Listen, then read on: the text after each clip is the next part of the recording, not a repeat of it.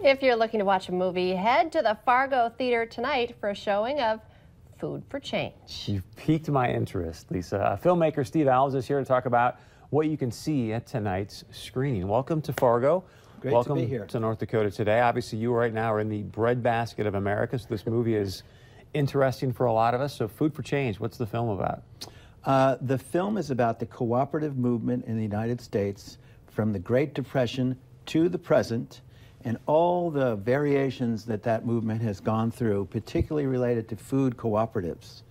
So it tells an epic story through hard times, the growth of co-ops, the World War II, the Cold War, the social upheaval that happened in the 60s, the counterculture introducing organic natural foods for a 10-year period where nobody wanted to hear about it. Now it's a $100 billion a year market. And then today, the growth of food co-ops throughout the United States, and particularly here because the Prairie Roots Food Co-op has opened in your city in this summer, in July, and we are celebrating the opening of the Prairie Roots Co-op. Interesting connection. How did you first get involved in this project then? I'm a member of a food co-op. I have been a member for 25 years. I was asked to make one short little film for my food co-op because I'm a filmmaker and I'm a local go-to guy.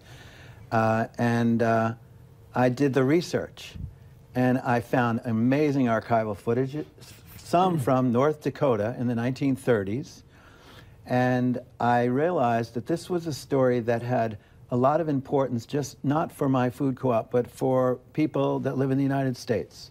This is a story of cooperation in America, where people come together to fulfill a need that they have. In this case, it's food, primary need that they have.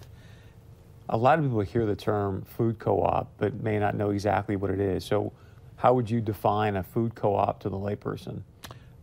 It is, in this case, the appropriate designation is a consumer cooperative, as opposed to a producer cooperative, which is what you have a lot of around here with your farmers.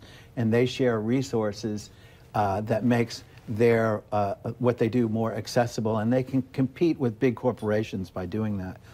A food cooperative, on the other hand, are groups of people coming together within a community, deciding what kind of food they want to have in their community, and then fulfilling that need by raising the capital they need, finding the store, doing the marketing studies, creating a board, and then serving immediately the members, in which case there are about 2,000 members, I believe, of the Prairie Roots Food Cooperative, and then also the community at large.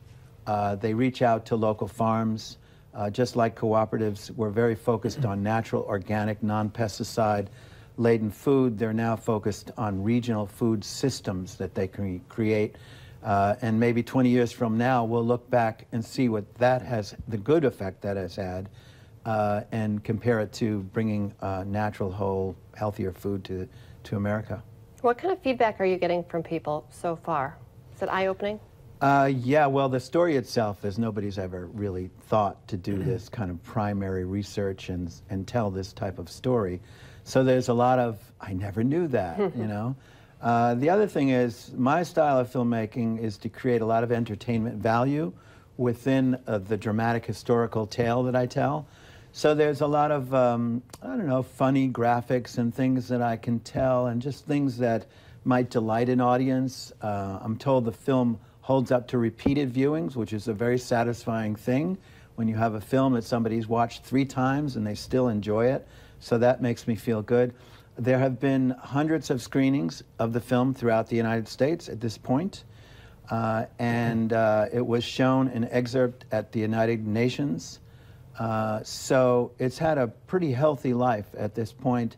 And it, in the theatrical terms, it has legs. It seems to grow. This year, we're hoping to have 50 or more screenings in 25 states throughout the United States during the month of October, which is National Co-op Month. So people are busy these days. Number one reason we should go out and see your film, and I want to preface it with this. Yeah. You dropped a name right before we went on air, Ken Burns, very famous filmmaker that you've worked with, so clearly you've got a lot of talents and skills with this film, so why should we go see it? I think it's going to be a fun evening. I think it's people coming together in the beautiful theater it is also a free event. I'm going to introduce the film. I have some interesting things I'm going to say before the film starts. It's also where we've been sent 50 pounds of cheese from the Cooperative Creamery in Vermont, the Cabot Cooperative Creamery. So there'll be free cheese available. Wow. And so that might be an incentive for some. But I think the film just has its own delightful qualities to it, and I think people would really enjoy it. And seeing it in a setting like a beautiful theater, I think would make a nice evening.